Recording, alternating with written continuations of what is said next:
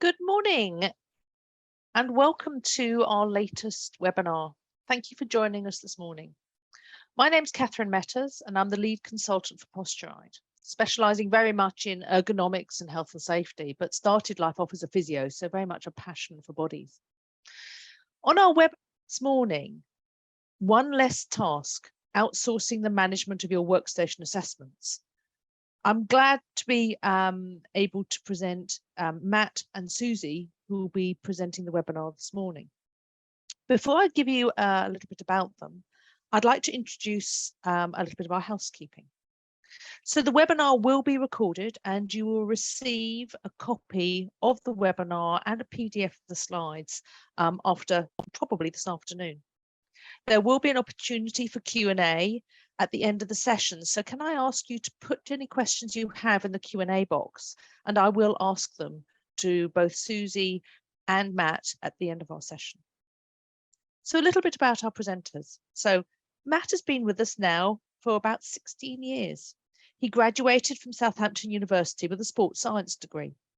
He joined Posturite as a workstation assessor, and this has led him into account management and developing strong relationships with our clients. More recently, he's been tasked with developing and improving our managed service division. It now involves to meet the demands of hybrid working. He also has to manage the team of our fully employed case managers and support workers who work on the managed service. Now, Susie completed a sports and exercise science degree at Loughborough, and she graduated in 2018 and then came to work for us at Posturite. She covers London and the South East. She's now moved full-time into the managed service department as a case manager and helps to offer the bespoke DSE services to meet our clients' requirements. So really, I'm going to hand over to Matt in a second, but there's a few things I'd like to say. I mean, I'm a little long in the tooth, and I have to admit that I was actually working in this area in 1992 when the DSE regulations came into effect. Yes, the regulations are that old, and so am I. Since then, we've seen many changes in the way that we use computers, but sadly, health problems, especially musculoskeletal ones, have continued, if not increased, as people spend longer using their screens both for work and leisure. And our activity and our movement seems to be decreasing. I think the last couple of years with the COVID restrictions has really shone a light on this. However, I'm excited about the opportunity that hybrid now brings, so that we'll be able to work in different places and we'll also be able to have more movement. But if we're going to get those benefits, we need to make sure we underpin this. We need to make sure we undertake our relevant risk assessments for our staff and the tasks they do, and manage any concerns that these arise. Now, this can all take time, and this is where I'm hoping that my colleagues, Matt and Susie, will be able to suggest some solutions. So enough of me, and Matt, over to you. Yeah, thank you, Catherine, and hi, everybody. Firstly, just to say we've added a couple of poll questions, and I think the first one should have come up this morning. So thank you for responding to those, and we'll pick up any questions on those as we get to the end of our session today. So the aim today, as Catherine's just pointed out, is to hopefully demonstrate how Posturite's managed service can help save you time by cost-effectively outsourcing your workstation assessments to our team of case managers. So what we're going to look to cover today is a quick introduction to actually what our managed services is and the key tasks, followed by some of the topics and challenges that have been presented to us over the last couple of years. I'll then run through the key elements of what we focus on when running the workstation assessment program on behalf of our clients, as well as a really crucial implementation process. Susie, one of our case managers, will then focus specifically on her role and the triage call process, which is a key element of the service. So, as Catherine said, I've been at Posturite for 16 years, and I've now been overseeing our managed service offering for about 18 months now, sort of monitoring the trends and adapting the delivery of the service as our demand grows. And essentially, I tend to break down the service into two key elements. The first one is administration tasks, and I've actually started describing this a little bit as the donkey work of the service. So it can include tasks such as rolling out assessments, reviewing and documenting responses and keeping audit trails up to date. All very important and key tasks within sort of DSE management, but very often we hear that these things slip down the to-do list as they just aren't as critical as some other tasks maybe in your health and safety and facilities roles. And they tend to be tasks that can create a lot of volume as well. So that's the first part of the service that we can support. The next part is our specialist expertise. So all of our case managers are all trained DSE assessors. They'll tend to have a physiology degree background and come into the role with a number of years experience as an assessor at Posturite. So typically all of our case managers promoted into the role from our assessor network. So as well as being your day-to-day contact, where you will hopefully build a strong working relationship, your case manager will have the skill set and the expertise to manage the specific issues that are presented during any of the assessments that they deliver on your behalf. And that can include workstation setup advice, but also really understanding the physiology behind any MSKs or other issues that may present themselves during the assessments. And thanks, Tom. So I just wanted to spend a couple of minutes running through some of the topics and challenges that we've been asked about over the last 18 months or so. These have included how best to manage hybrid working, as well as and including hot desking and the implications of that. So again, we probably feel that effective training to cover off those multiple environments now is really important, as well as making sure that any assessments that you deliver are configured well, so that they can successfully give you the responses that you need. We also feel that having an agreed policy around how you manage any potential requirements for home and office days is really important too. That just ensures that everybody is aware of the processes that are in place and what they are entitled to. We're being asked more and more now about how workstation policies can be rolled out more globally, and many clients are now looking for support across offices and home workers across EMEA and globally, including both our kind of remote support as well as potentially face-to-face support, and also sourcing product solutions where needed. Generally, here clients will look to implement a best practice policy and look to roll this out across all of their locations. One of the other areas that we're asked a lot about is the best sort of delivery method for workstation assessments now. And again, we can review and help implement new systems, support existing platforms, and even help with the resource around any manual or paper-based systems that you might have. Thanks, Tom. Some of the challenges presented by clients. There's obviously been a huge change in the landscape of workstation assessments with hybrid working now, and we get lots and lots of questions about how best to manage that. And because lots of clients are rolling out these new policies and processes, it's taking up a lot of time, and there may not be enough resource to deliver that. So it's really where the managed service is coming into its own, because we have that resource available now for clients to help. A lot of our clients intimate that they're comfortable managing workstations where they're actually physically based, but they might struggle with home workers or staff based out of other offices, whether that be across the UK or nationally or internationally. So yes, that's some of the topics and challenges. I wanted to just move on to now how we tend to deliver managed service for our clients. The key driver really when we're speaking to clients is that there is a desire to roll out or improve the uptake of workstation assessments within their organization. And the way that we go about this is by very initially looking over what is currently in place and planning the best way to achieve the key goals of our clients and their businesses. So this tends to include reviewing new or existing online systems and making sure that these are set up effectively.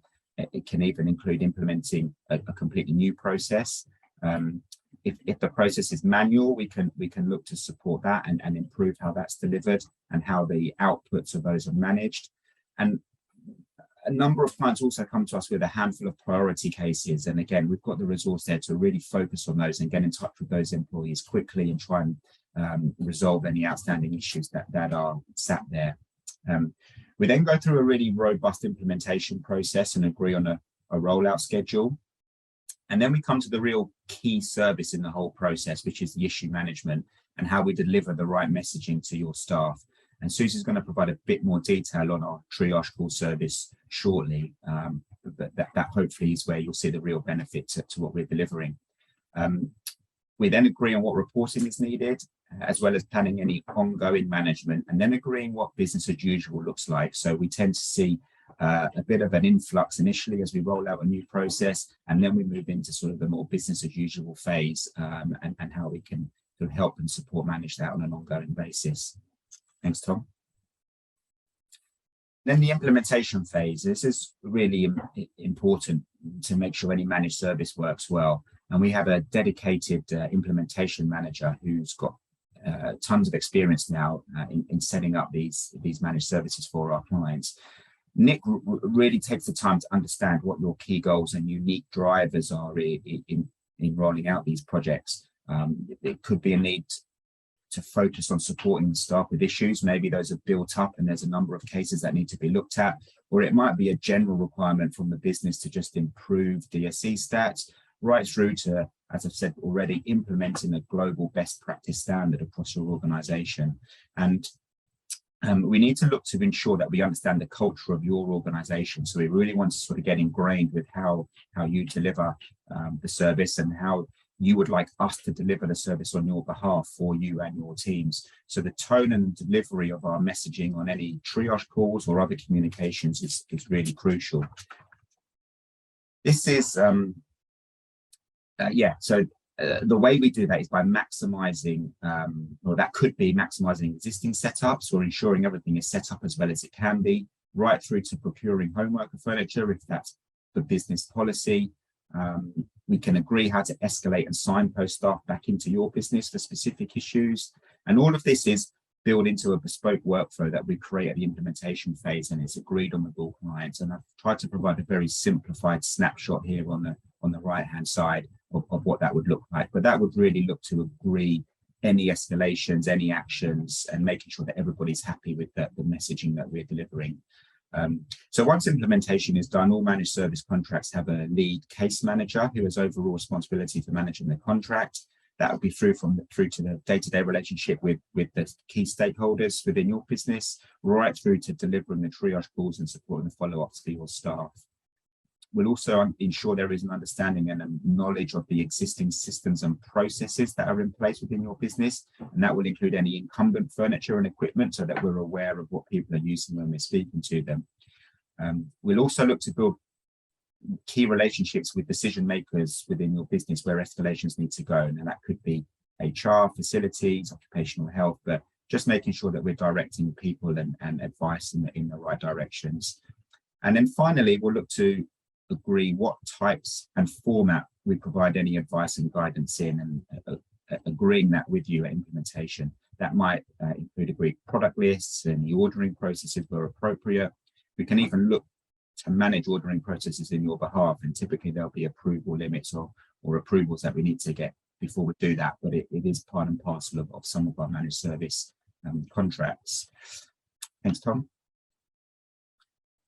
I just want to now quickly run through a quick case study. AXA XL have been kind enough to let us use some of the data that we pulled together for the contract that we've worked on with them. And AXA XL have been a really long-standing client at Posturite now for a number of years. And in the middle part of last year, they asked us to support them more with their workstation assessment process.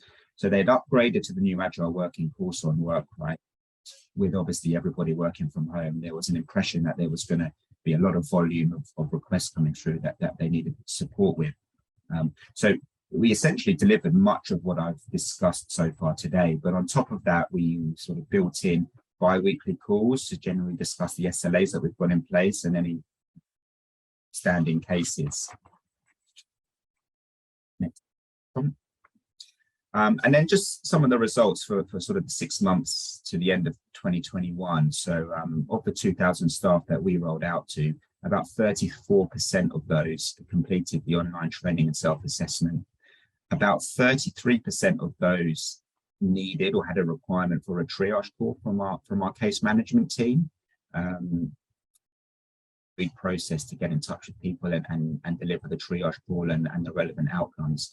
We're able to track what we do and when we do it. So the average triage call time, that's from sort of pre-admin, delivering the triage call and any post service follow-ups, averaged about 24 minutes. And we build AXA Excel for just about 20 days over those 6 months dealing with all of those cases for them. And Rebecca's kindly given us a nice testimonial there on the service and how we performed. So I'm just going to pass you over to Suzie now, who's going to go into a bit more detail about her role and the triage call process. But we've actually just jumped in here a second poll question.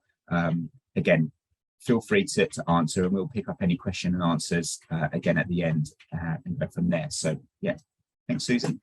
Thank you, Matt. Yeah, so as you heard earlier, I'm Suzie, one of the case managers here at Posturite. Triage calls are the bread and butter of what I do as a case manager, and hopefully I'm going to just explain what the service offers and go into a little bit more detail. As you can see on the slide, during a triage call, we follow up with the initial issues that are raised with a user's workstation. This typically follows a completed self-assessment. During the triage call, we aim to offer DSE advice. So this is understanding the user's existing situation, making adjustments where appropriate, often advising around frequent breaks and changes in postures, and providing best practice recommendations to set up a workstation correctly. We'll often follow a triage call by providing learning resources to support staff. So this is something that they can refer back to going forwards. Triage calls are around issue resolution. So this, for example, might be a musculoskeletal issue that needs to be referred for a more formal DSE assessment, or if a user has neurodiverse conditions, for example, these can get triaged and escalated back to your internal process or to our enablement team. But I'll explain a little bit more on that in a minute. Next slide, please, if that's all right. Following a triage call, so we aim to provide a full audit trail. So this will be the notes from the call will be recorded. Often, if a self-assessment platform is used, these will be uploaded onto the notes for that. We aim to provide a simple solution to offer a positive outcome. So this might be through DSE advice on the call or solutions for common issues. So for example, eye strain, if the user has an unsuitable desk or chair, or if they're unsure how to adjust their office chair to try and increase their comfort at the workstation overall. Our triage calls are time and cost effective, we believe. So as Matt mentioned earlier, our average triage call is around 25 minutes.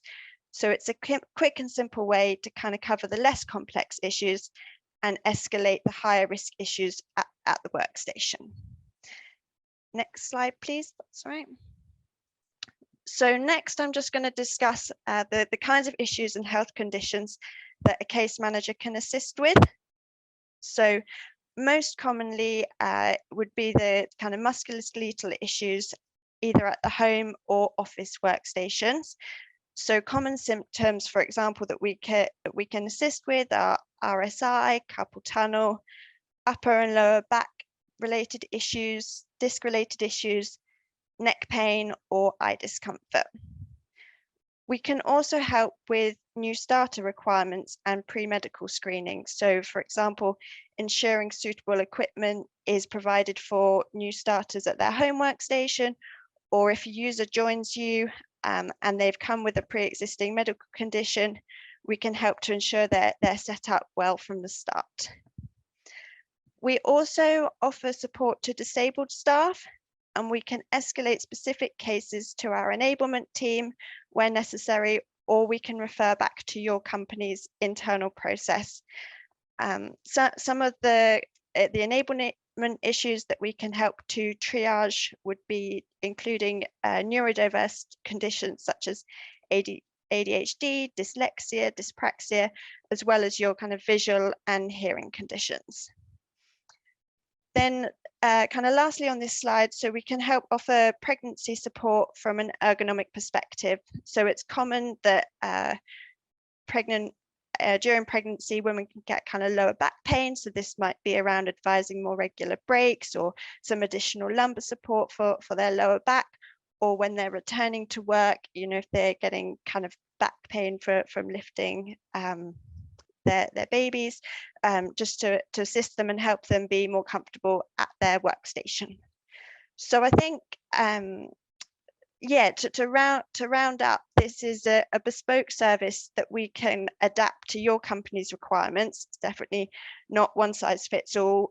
We can kind of adapt, and it can, as Matt also mentioned, be done on a global scale. So we can offer this triage service for all around the world. So I know for a lot of my clients, I have to negotiate the time difference, but speak to people in Asia, in Australia, in America. So yeah, we can offer this everywhere.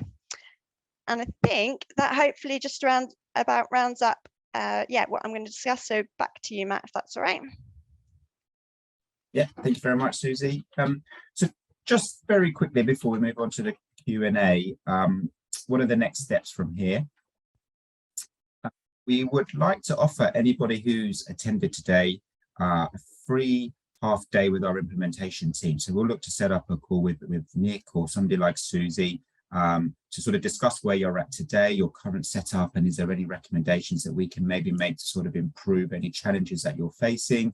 If you feel like you'd like to sample any triage calls, we'd be happy to offer 2 to 3 calls just so you can see exactly how the process works and what the outcomes of those are.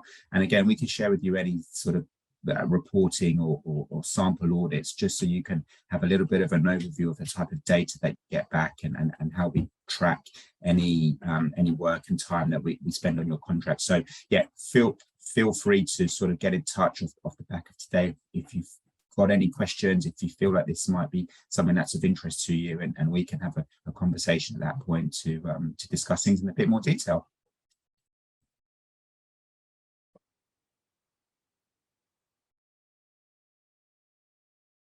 Questions? Thank you, Matt. Thank you, Susie. I think that's great. We've got a couple of questions, but there's no surprise there. And I think, funnily enough, Matt, the first one is, what does it cost? There you go. A difficult but easy question all in one. Yes. So we managed services charged by the day. So we essentially charge you time, and our day rate is £450 a day. Now, anybody who is interested in the service, we can discuss that in a bit more detail, because there are lots of options about how we can charge for the time. But essentially, you only ever pay for what you use. We have a very detailed software package that runs in the background where we track exactly the amount of time that we spend working on your contract, and we can give you all the data behind that. So you only ever pay for what you use. But essentially, it's £450 a day. We'll look to estimate how much time you would feel you would need to manage a contract based on the number of staff you've got, and some averages that we've deduced from some of our existing contracts in terms of how many people tend to need ongoing support from our case managers and an average amount of time that takes. So very initially, it's a little bit of an estimate, but yeah, we'll give you all the information that you need to understand how much it's costing and what we're doing for you and when. Okay, that's excellent. I think it's one for you, Susie, a very simple one. You know, are the triage calls a video or a telephone call? Yeah, all where possible video. So that's 99.9% of the time nowadays for everyone. Yeah, we try and also get pictures of the workstation where we can, and done over video just helps us get a little bit of a better idea of the user's situation. Okay, that's good. I think this one's for you, asking about whether the people have to pay extra for the software. I think there's probably a multitude of answers there, so off you go. Yes, so essentially the answer is yes. We don't own a software package anymore, but we work very closely with Ideagen and their Workrite platform, so we could put you in touch with them if you don't have a solution in place now. Obviously, there are a host of other options on the market as well, and we're not restricted to what we can support. So if you've got an existing system, we can help with that. if you would like to look at implementing a new system, then we can put you in touch with the team at Ideagen, and they can discuss with you, how much the software costs and how to implement that. Have you, I mean, maybe I'm misremembering here, Matt. I think we've supported people without software at all, haven't we, in certain situations? Yeah, we can do as well. Yeah, if you have a manual process or a paper-based system, there are various strategies that we can put in place to manage that. Either really just jumping on what you're doing already, or we can even look to transfer some of the questions into a slightly different process using our website. So yeah, there are some options there as well. Obviously you need to deliver the training effectively, which that struggles with, but yeah, we can discuss that with you as and when. No, I know I've done that with some of my sort of smaller SME sort of clients where a software wasn't necessary. So I thought I'd put that one in. Right, I've got a question here. If an individual needs a more in-depth assessment, so a more specialist ergonomic approach, is this covered in the triage call as well? Or if not, how is this addressed? Probably, Suzie, this is a good one for you, I suppose. Yeah, so I think it does vary how complex the issue is, and also on your internal process. As I say, as a coming from a DSE assessor background, we are kind of qualified to complete that. So it depends how much of a written report you require, or the slightly more time effective, I guess, triage call. Typically around 1 to 3% of the calls get escalated to a more formal assessment. Sorry, So this does happen. Yeah. Okay. So does the triage call cover home workstations as well as office workstations? Yes, definitely. So we can and I can't access it help myself. with the home and office, either by doing 2 calls, so one in home and one in office. Generally that's quite easy to arrange with the user. So yeah, definitely covers both. We've got another one here. Does your service chase users to complete their assessments or their training? So I mean, I think that fills in from the poll that we've done, isn't it? Asking where the time wasters are, and so do we chase up people if they haven't done their assessments? Yeah, so the software packages that are on the market definitely will. There'll be a range of automations built into them to chase people up. It's then down to the client typically to decide how many and how often you set those chasers up for. We will also, as part of the managed service, look to implement strategies further down the line once that initial rollout's taken place. So we'll look to review your completion stats and sort of maybe work with you to sort of re-send out training, or put some different strategies in place to target people who've never done it. Also, as part of the managed service, when people go through an assessment and they've got issues, we've got various review points that we put in to make sure that people are responding to us and we're speaking to them as quickly as we need to. So we sort of typically have 2 or 3 contact attempts with people to try and set up a convenient time to speak to them. So yes, we will work with you as best we can to try and make sure that as many people as possible go through this process. Okay, I mean, that's excellent. A very simple one here. Do you have a maximum size of company you can work with? There you go. That was very much for you, Matt, that one, I think. Yeah, no, we've got a huge range of clients that we work with, massive multinationals, right down to sort of your small SMEs, as you said, Catherine. The bigger the organization gets, obviously the volume is much larger. So it's just a case of managing the rollout so that there's enough resource there to get in touch with people who need to be spoken to as quickly as possible. But we do that. We look to make sure that we've got a planned rollout phase. We put enough resource on those contracts. So yeah, we'll look to manage that with you. But yeah, essentially we're happy to work with anybody really, regardless of their size and where they're located. Okay, and I think another quite simple one, somebody currently uses the Workrite software. Do we have access to the results of this assessment? So basically, can we work with somebody who's already on Workrite? Yes, so we wouldn't have access today. What would need to happen if you wanted us to sort of jump in and support you with your current Workrite system is we would just need to engage with Ideagen. they would set us up as a sort of a client admin essentially on your system. They'd need to seek your approval for that for sort of data protection reasons. But yeah, once that process has happened and it's relatively straightforward, it's essentially a quick email to them and they'll switch it on for us. We can then jump in and start picking up cases as we discussed today. Okay, just a couple of, so a few here that came through before the call. Is it a legal requirement to have a workstation assessment?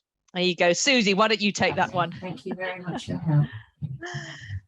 It is encouraged. I think Catherine, you might need to just jump in. But typically users will complete a self-assessment, and then it's kind of going above and beyond as well to arrange a triage call and escalate to a more formal assessment to ensure that a user is comfortable at their workstation if they've highlighted any issues as well.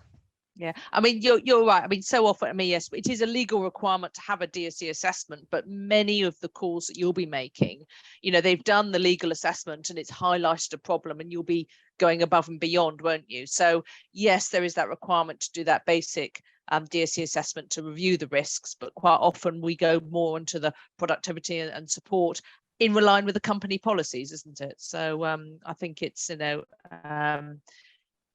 simple answer is yes, but often it's a little bit more complicated to get the best out of people and to make sure people are safe. The other thing, I think this comes back to company policies, but we had a question about, do we need to have exact replicas of workstations at home and everywhere else? And I mean, certainly my viewpoint is it's not a simple answer as to whether you have to have exactly the same workstation. It so much depends on the individual and so much depends on the tasks that people do. And I think this is where that briefing with the client really comes into it, doesn't it? So we understand the company better. And then the case managers will implement what the company's policies are. I mean, am I correct on that one, guys, or have I got the wrong steer on that one? Yeah, no, obviously we'll look to guide people based on the regs as we interpret them, particularly within the UK, and then it's very much trying to match up to the client's policies and procedures and the messaging that they want to deliver. So yeah, we'll look to make sure any implementations very specifically work through how the service needs to be delivered on their behalf. Yeah, got a simple one. Can the managed service include face-to-face assessments in the office? Yes, it definitely can do.